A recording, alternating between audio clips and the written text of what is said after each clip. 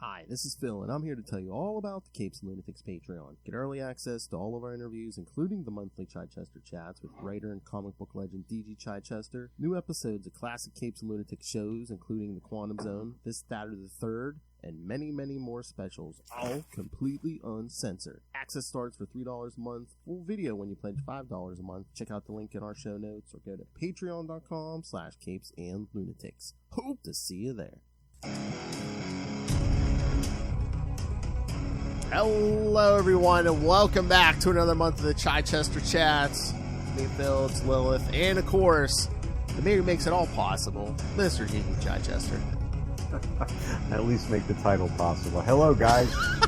Good to see you both. Listening to the intro, I think since you offer all these uncensored, access, we need to make this show much more raw. Oh, nice. No, I don't know, but wow. just trying to help up your numbers. And I'm like, man, he wants to curse somebody out. All right. Oh, good. Only myself. All right. So, we're here this time to talk. Well, we did Marvel Superheroes #1. We're back this time for another story. That's one of the things I want to ask you. It's you and Margaret Clark on the, script.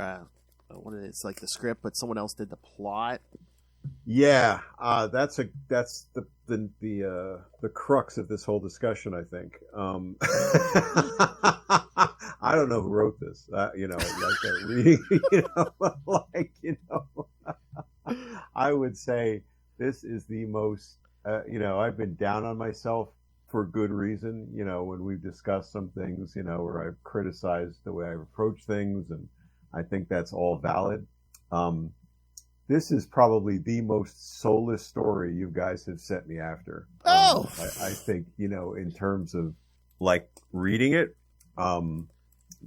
And it's not just because it was, or maybe it was because it was a scripting assignment, and who's the writer on this? Who's the plot by? I didn't even recognize the person's name. Wow. It didn't jump out to me. It was Dennis Maloney, Mallone.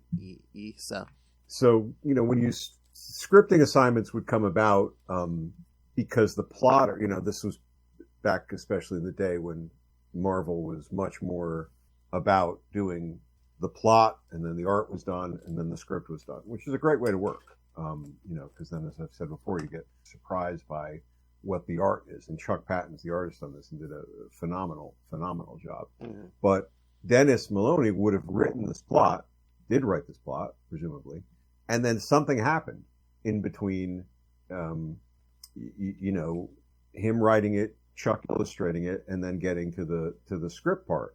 And that could have been any number of things. Could have been that, maybe he had an illness and he couldn't, or something happened, he couldn't make the deadline, for the script. It could be that the editor didn't like what he did, didn't like working with him. Could have been there was a creative, disagreement about the way to sort of approach it. I can't imagine that's the case, given it's sort of like a just an adventure story without a lot of other consequences to it. So that would have been an instance of the editor then kind of looking for somebody else to script it. So we weren't part of the original process. We would have been brought in after the fact. The editor would have reached out to us, because this isn't even necessarily something we would have gone after, right? It wasn't like, hey, I hear an opening, we want to pitch something.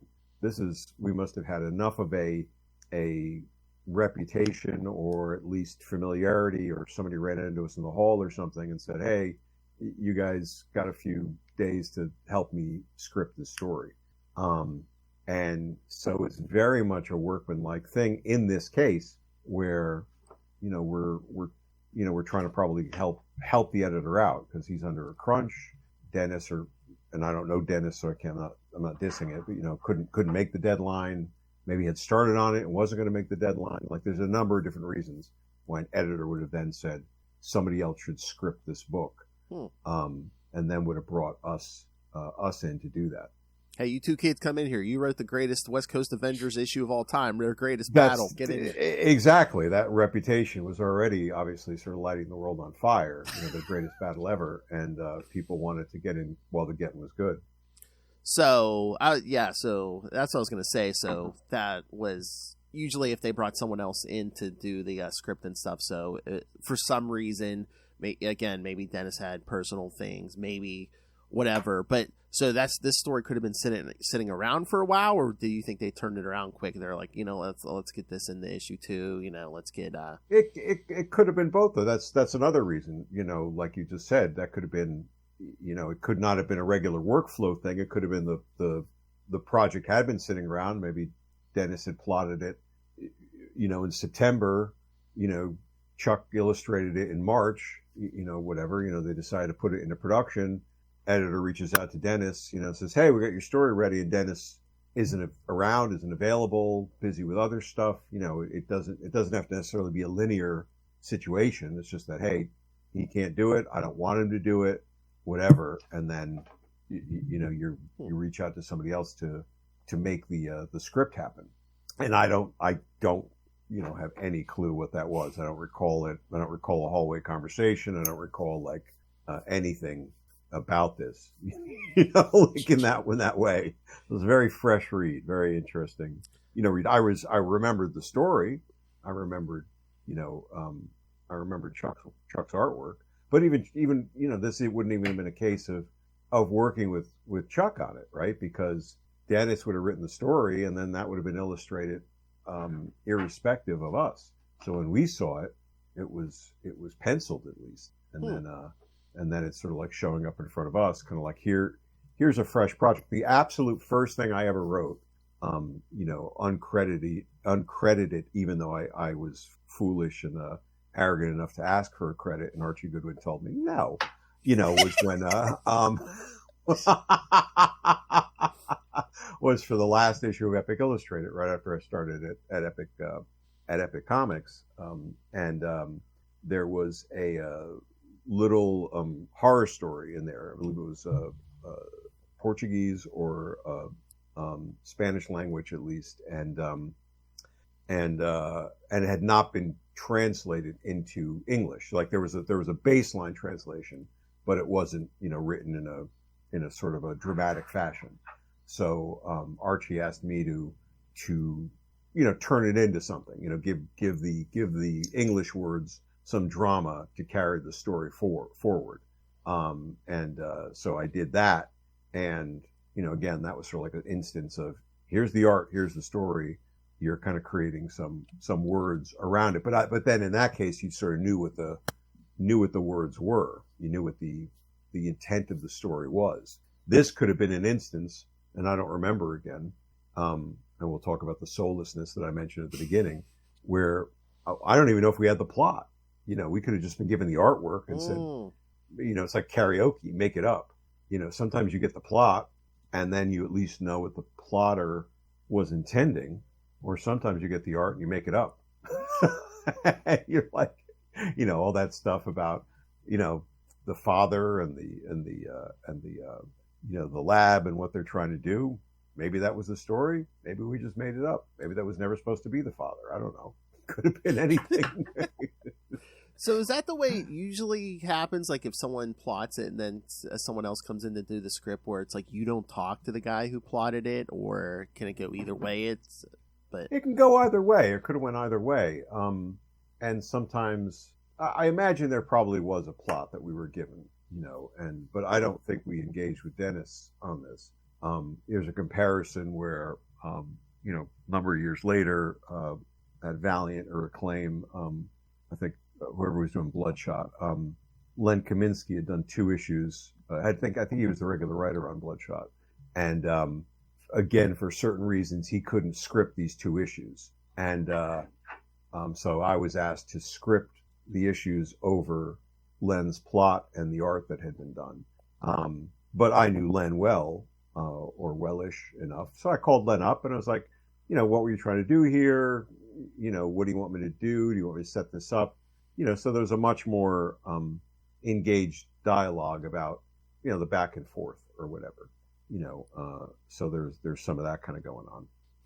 So, all right. So you said the soullessness of this. So why do you say that? I read it and I got nothing out of it. I don't know what you guys. It was a good story, especially hearing that maybe you didn't get you didn't get to talk to Dennis or anything, and maybe you just got art, and we're like, okay, well, we have to kind of make a story out of this. So, but it felt very, we talked the last couple of times, interestingly about that Dr. Druid story, which felt very functional, like we were learning our way, and there were some obvious things about it, but there was also little glimmers of, I think, what we would be good at, and then I would be good at, after a time, and we were trying to reach for something. Certainly, we had the opportunity there also to plot it and script it, and then when we got to the Hercules story, I said, hey, this feels like it's in the vibe, right? The dialogue, the captions, the setup, the pathos, look, I've got books about mythology, there was all that little kind of cueing. It felt very much like, I'll say me and Margaret, when we were writing together, and just me, sort of feels like, hey, I wrote this. This, I don't know who, I just read it and it was like, this just feels like words, to me. It felt very, very, very, like just checking the box. Panel 1, check the box. Panel 2, check the box. I don't know why, but they're just the exposition, the dialogue, the setup, the reactions as a script felt very, very flat to me. I couldn't, if this was sort of, your Coke Pepsi test, and there was just who did this? I couldn't have picked this up and read this and said, oh, I did that. In that way. That was my feeling, just reading it objectively. So it was sort of like, oh, it's a story, and now it's over. And that I haven't experienced before, in this time capsule experiment that we've been doing. Do you think? Because I don't know if you, from all our talks, I don't think you've done this a lot. Do you think maybe it's because the idea for this story didn't come from you and Margaret, and you guys basically came in to help finish the story? Is it? I mean, that can be certainly part of it. And who is the editor on this? I don't have the comic in front of me. Hold on. Should just look it open. Hold on, give me a second. Hold on, I got it. Wait, now I have to look at the book. It is. Oh, wait a minute. It's not on the story. So, yeah, I gotta go all the way up to the top. I'm sorry, making you guys work harder than you already did. No. It's okay. You only have an entire podcast. Together. Yeah, no, on the actual story, like it's not. I don't think it's credited on the actual. Yeah, it's story. not. But the book itself. I mean, I know in the first story it's saying Tom DeFalco was editor in chief, but of course, Tom would be credited on everything, as editor in chief. Yeah, it's weird. Like books from the 90s, like when you're like trying to look stuff up, it's actually kind of hard to find sometimes, unless it's like a very well-known editor. Right, especially on anthologies like this. Like for the story Cold Feelings, it's Mark Grunwald, obviously, but then like there's some that aren't mentioned at all. So yeah, I'm looking. Right. So I wonder if it was just Mark and Tom for it. Would it be Mark and Tom for the whole book, or would you have different editors? Probably, for each story? Yeah. I mean, this probably it's still like different characters, right? So like, is that how that works? No, it would. This book would have been probably out of Mark's office, So okay. I'm not going to, Mark was always exemplary. Certain editors could be very heavy-handed, on things, and then you would sort of like kind of quote unquote give up and just do what you were going to do, to kind of like satisfy their needs. Or sometimes editors would drastically rewrite your stuff, and you wouldn't know that until it showed up in print. I don't get the impression that that's the case if this was going through, Mark's office. But I mean, it can be more challenging to, certainly take something somebody else has done and then try to bring it to life. But on the other hand, that can be fun. Like I said, it can be a little bit of karaoke because you're able to do whatever. Maybe in that page they meant it to be pathos, but you see, hey, Chuck wrote that in like a really drew that in a very animated fashion, and they kind of look like they're having a good repartee, back and forth between each other. So suddenly you're inspired to write, more back and forth dialogue than maybe was intended in the original plot. And I'd have, I'm sure at some point maybe we'll get to the Bloodshot issues and I'll go back and rediscover those. But I imagine, again, with Len's discussion or something, maybe I had a good time with that, and I probably was also trying to pick up on Len's voice to some extent to do credit to Len. But here, no, I don't remember any animus, like, oh my gosh, I got to write over somebody else's story. And, this would have been, again, a gift, right? This would have been us. We got another job. We got another credit. Mm-hmm. You don't take that stuff, unseriously or try to do it in a way that is, oh, I wish I was on something else. I mean, we never did, everything was, was trying to build to something bigger. Do you think it's also maybe just, I don't know, I don't want to, maybe you felt not as in control because, again, you didn't do the plot, you didn't get to pick the character, who's going to star. Yeah, Tigra's a hard character. She's a cat lady. Got a lot going on, like a literal cat lady. Well, it's like sometimes she's carefree, but you don't want to write a good action story, and sometimes I don't know. Sometimes I think she works better in a group dynamic, but like it's her sick dad. Like it's kind of a bummer. Dad's in danger. Right. There's all that, but that's true. That kind of hangs over the story. But I mean, they're all kooky characters, right? I mean, they're all, the blind guy and wears horns. There's a, giant green guy, they're all, any character you pick is strange and weird and bizarre. Cat lady in a bikini. Yeah. Cat lady in a bikini. I mean, that helps. The bikini helps. That helps. Totally. Should have had more dialogue about that, but it just felt very, like I said, to me.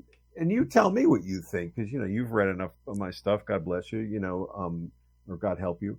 But to me, it just read very like functional, like instead of like something clever on a room entrance, it's like, oh, I'm in the room. Look, I'm opening the door. It just had this audio, like this audio drama feeling to it of not making use of the space or the character. And who knows, maybe we, as a scripting assignment, maybe it was, hey, we need this tomorrow. That could have been it too. I don't get it. It's not, some things I can remember with crystal clarity. I was sitting right here when we came up with this line. It's just like, how we kind of created this character or whatever. But this, this could have been a one of those assignments. Can you guys do this by tomorrow?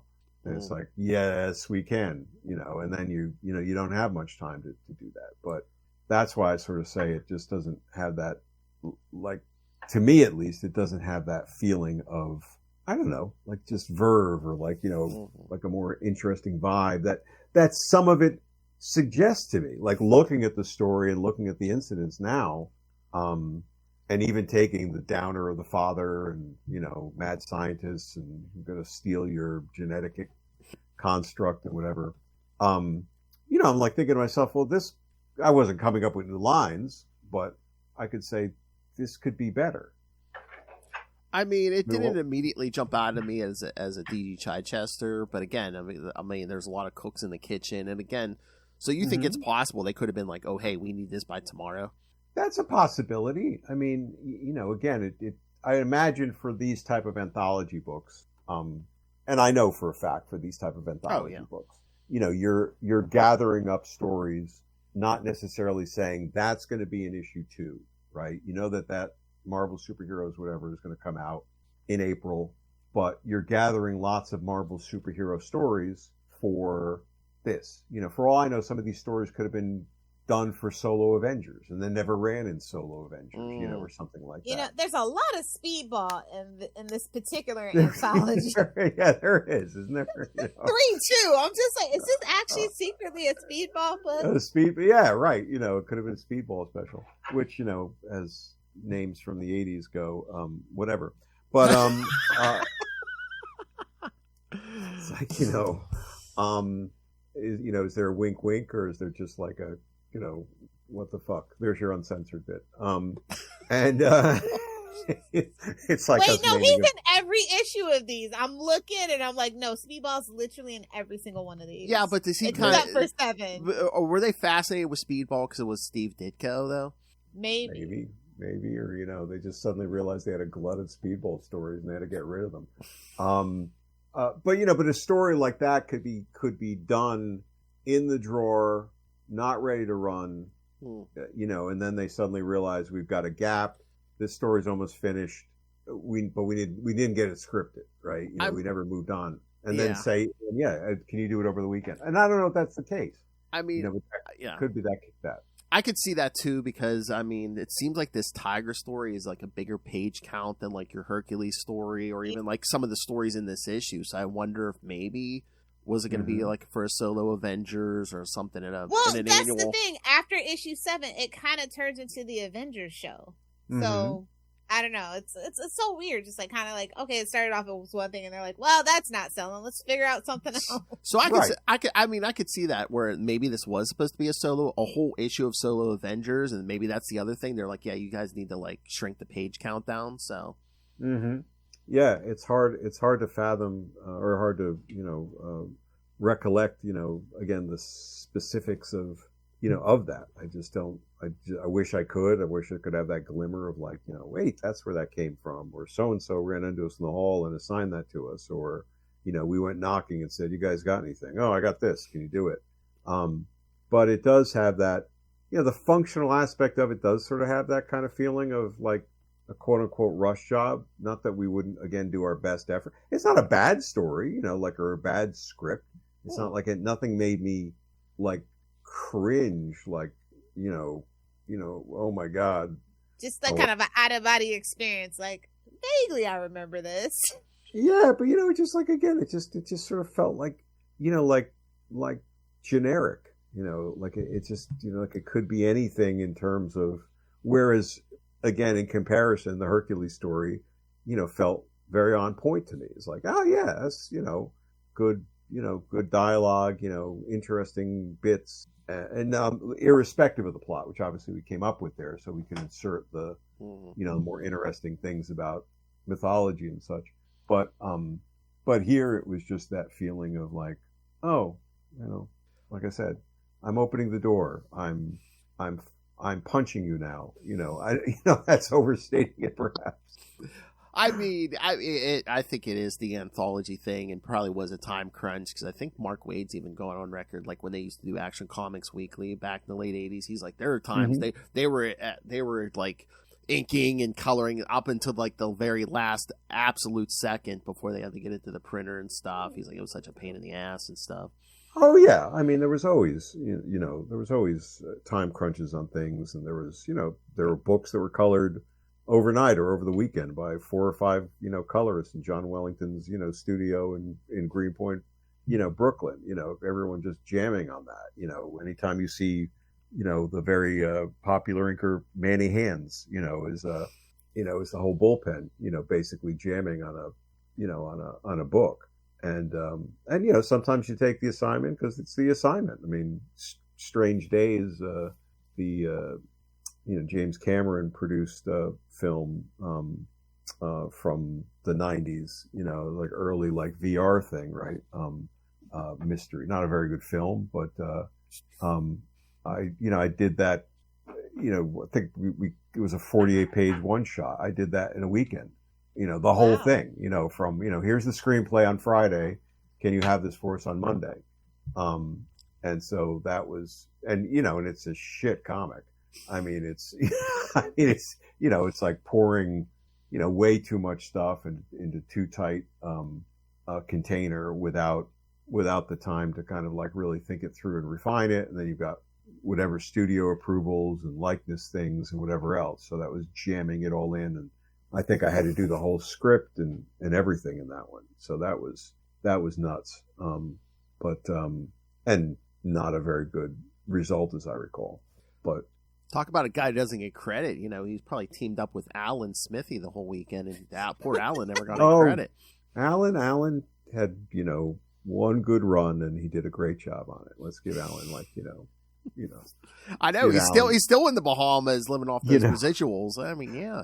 Some total troll like pinged me recently. Oh no. On one of the social media things and was like trying to grill me on like the Alan Smithy story, and then and was like, what's the story behind this? And I was like, at first I was trying to like Capes and Lunatics. Well, that's it. At first I was like, this story's been told, a few times. You can look here, you can look here, and then he just jumped on like trying to, and I had issues with the editor, on this, but my issues with the editor were not based on gender, and this idiot tried to make it about that, and I was just, I'm done with this, I don't need this type of conversation like at all, but.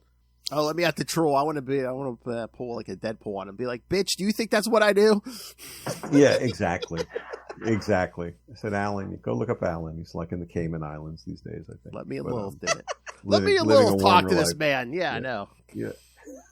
Stay in your lane, Junior.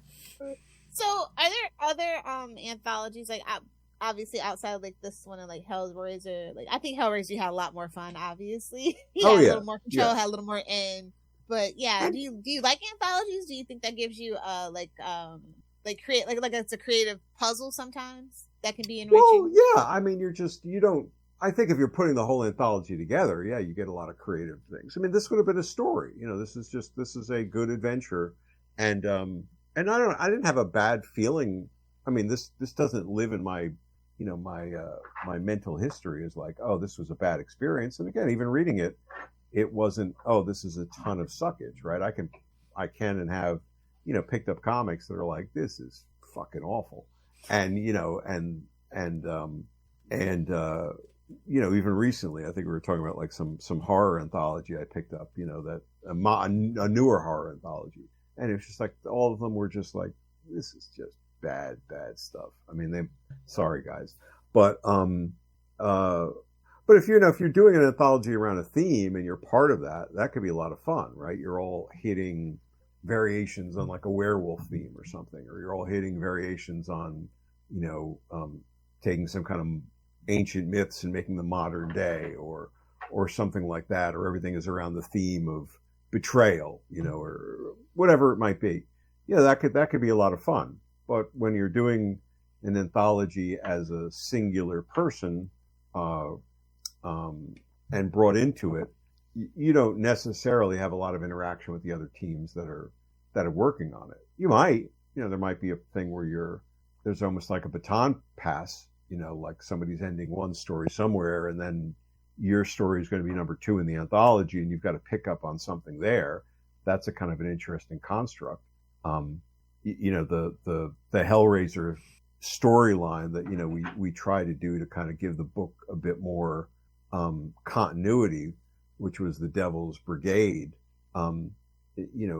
is in essence an anthology where there are, I can't remember how many stories there were, 20, 25, stories that were done by different teams that were sort of, that were all ultimately connected. But Dwayne McDuffie and I had come up with the whole arc of the story, and then pass those pieces on to the different teams, and then they had to do something with the characters to kind of do whatever they wanted, as long as they ended somewhere where it passed the baton on to the next creative team. That was a lot of fun. I wish they had, and I think it turned out pretty well. I wish they had promoted it more when we had done it, and it would have been really interesting to pull all those stories out and then just kind of like, maybe collect them together. Probably no profit in that, but that would have been an interesting thing creatively to do.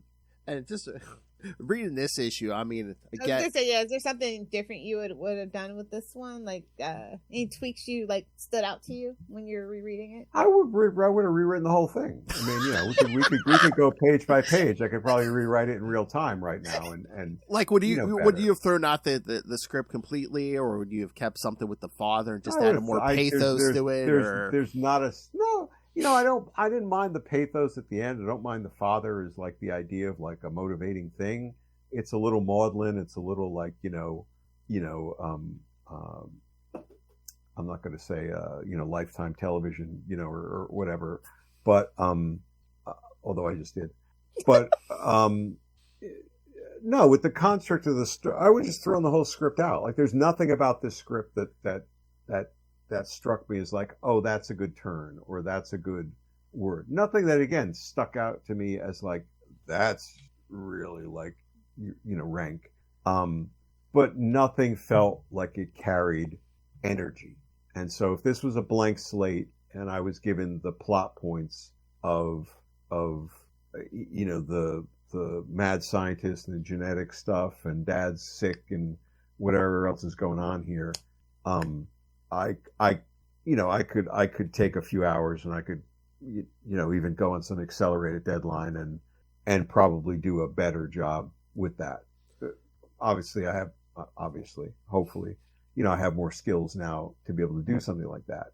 But I could even like look at this blank with if I had no concept of it, and just here's a bunch of pages, make your story up again, like kind of, there's an interesting corporate, fun game, like PowerPoint karaoke, where you take a bunch of random slides and you just have to then, have somebody go through them and then make up a presentation on the go, trying to string together, here's that a sounds puppy. like what I do every Friday. Exactly. Right. So, but you could have just done that and then just looked at the pages and said, all right, I'm going to make up a story around this. Do you think if you had your complete choice, I mean, again, story-wise and everything, would you and Margaret have picked Tigra, or do you think you guys weren't as comfortable with that, or with her character even, or? No, I don't get any impression, about like, oh, this, I don't, whatever the, and that's my definition, whatever the soulless, feeling of this, whatever the functional work, approach to this is, or is at least in my mind, in my impression, and a little bit to yours, because you said you read it and it didn't really seem like a Chichester story. I don't get a sense like, oh, Tigra's a sucky character. I don't want to be writing Tigra or anything like that. At this point in our doing stuff together, anything that was Marvel, a real Marvel character, would have been a nice feather in our cap, as it were. We would have been more integrated with the real Marvel universe. To the other Marvel editors, we would have been more real writers, regardless of whatever else we had done, because now we were working with canon characters in a canon-ish story.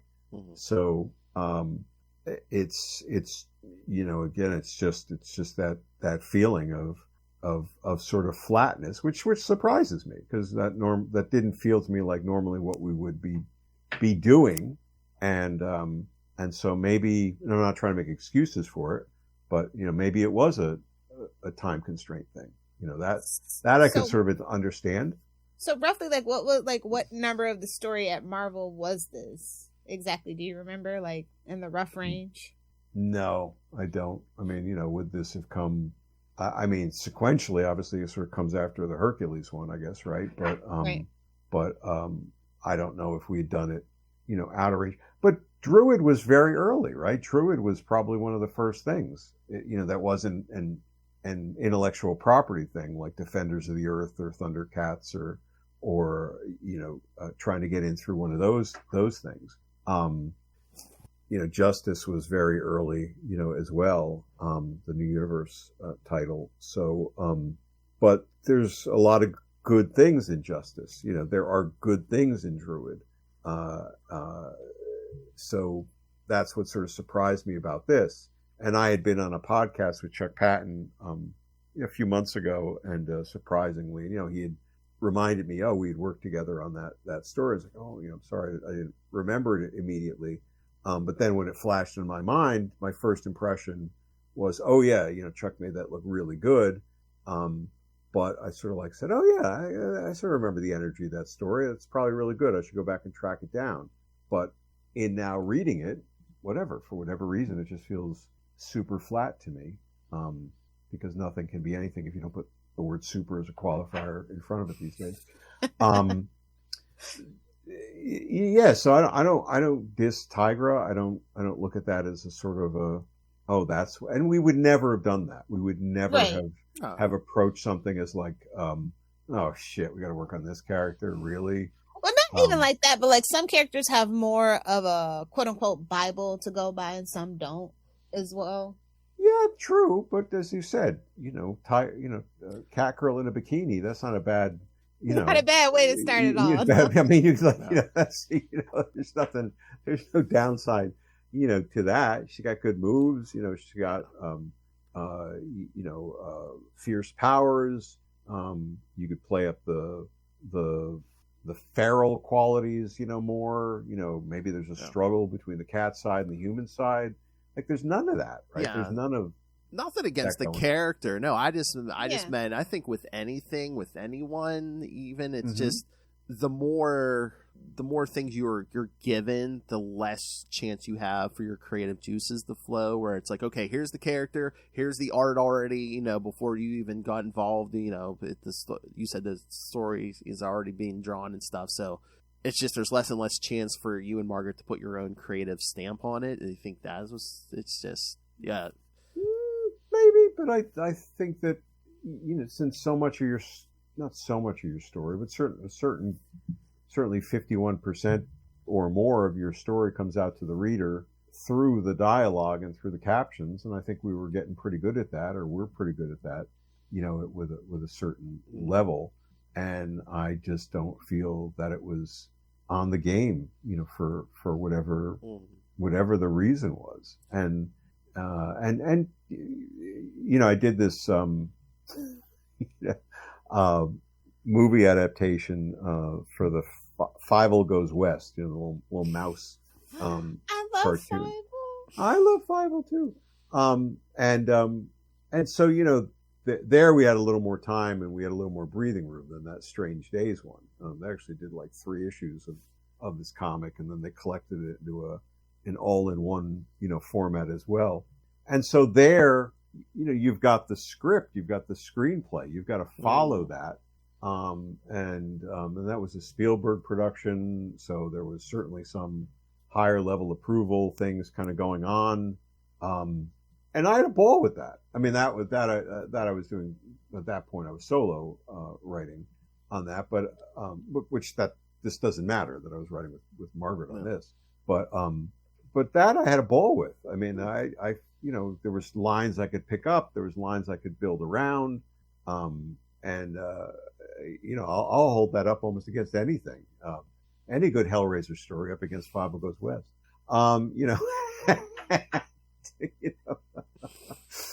So I just, these are one of the things I wish I could, reach back in time and sort of remember. I don't know if Greg Wright might have been like in Mark's office at that point. He might have been he was Mark's assistant before he became an editor on his own. And Greg has a much, much better memory.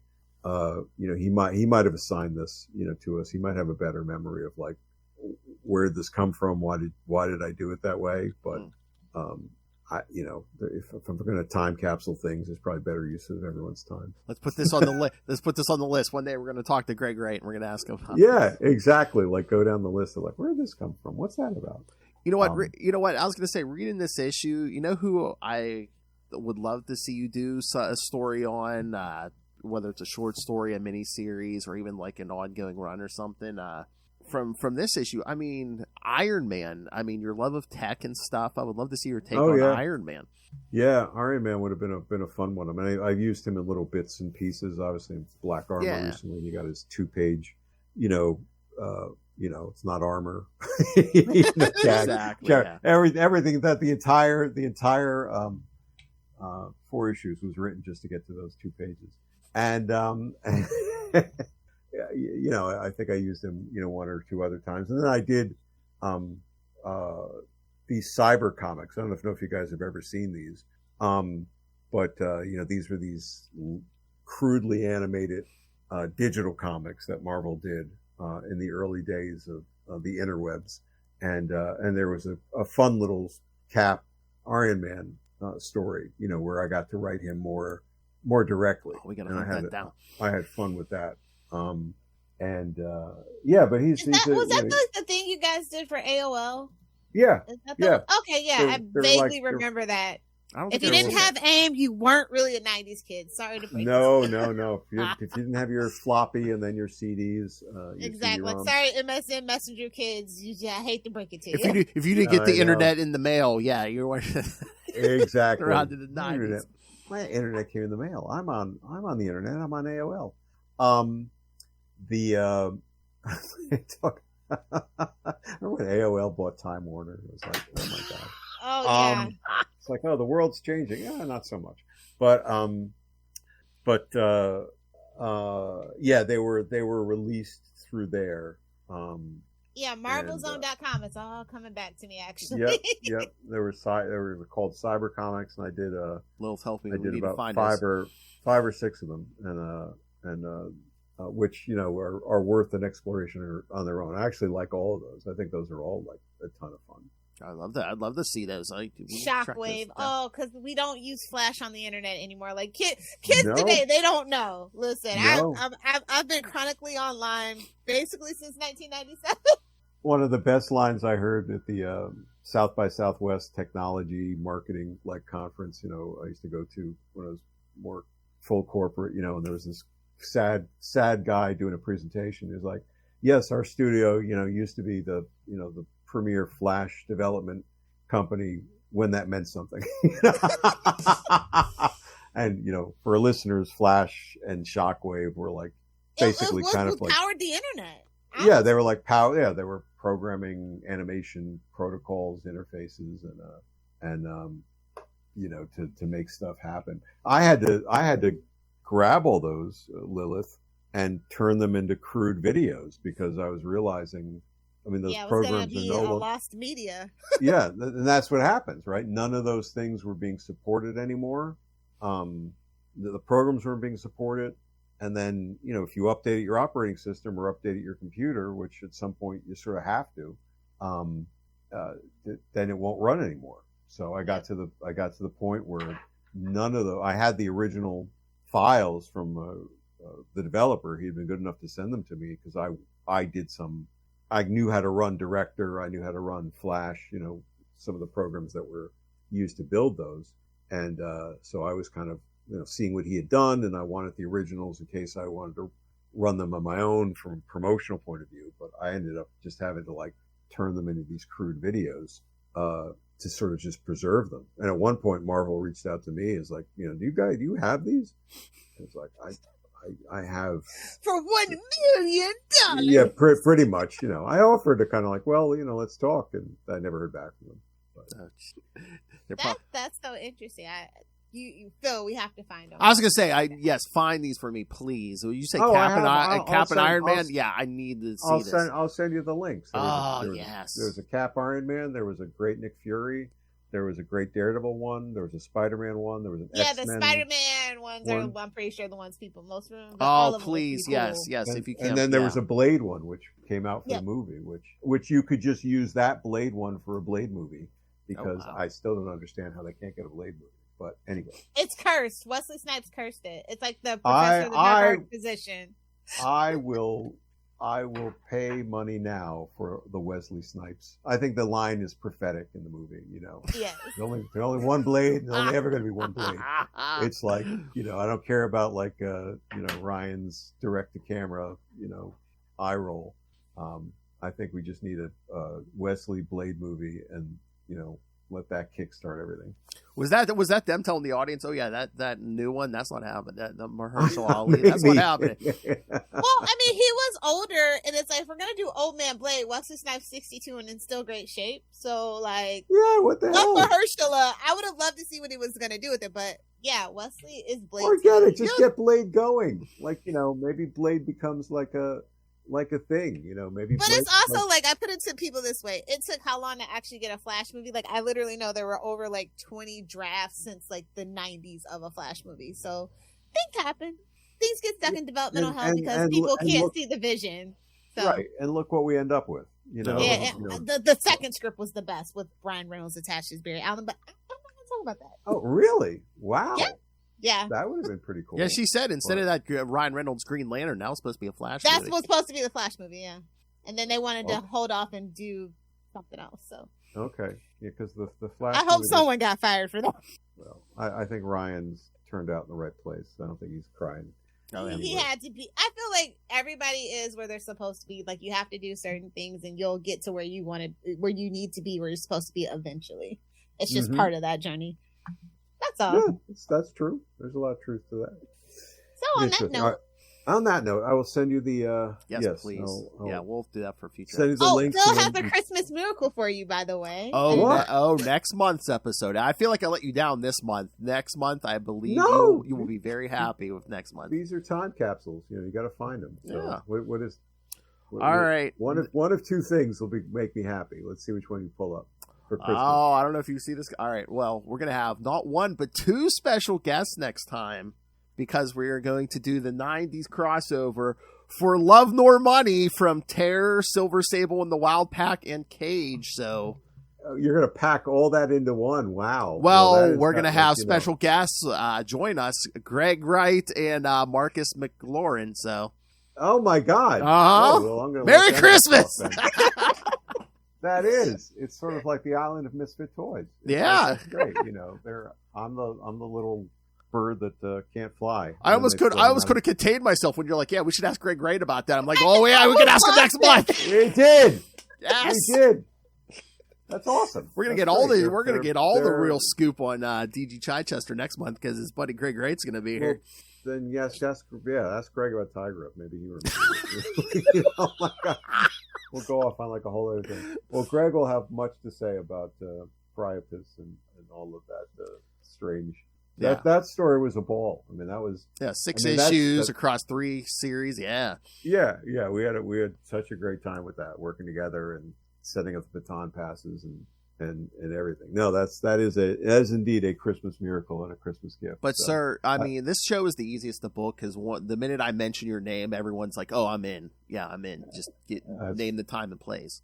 That's awesome. No, they're both great guys. And I'm so glad Marcus is going to be there. There was a podcast that this guy did, and it was a good podcast, but it was he'd invited Marcus on, and I want to say it was originally about like epic, and then it was supposed to segue into sort of more horror stuff, which Marcus had been obviously involved in a lot of the Hellraiser things.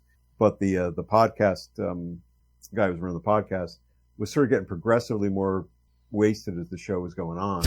And then, in a good way, and just never got to Marcus. Poor Marcus was like sitting there for like the whole time, like, all right, well, maybe next time. And then, we never got back to it. But because I plan to reach out to both of them, but I got to Greg first, and Greg's like, you have to ask Marcus. I'm like, yeah, I'm playing. Yeah. Oh yeah, for that.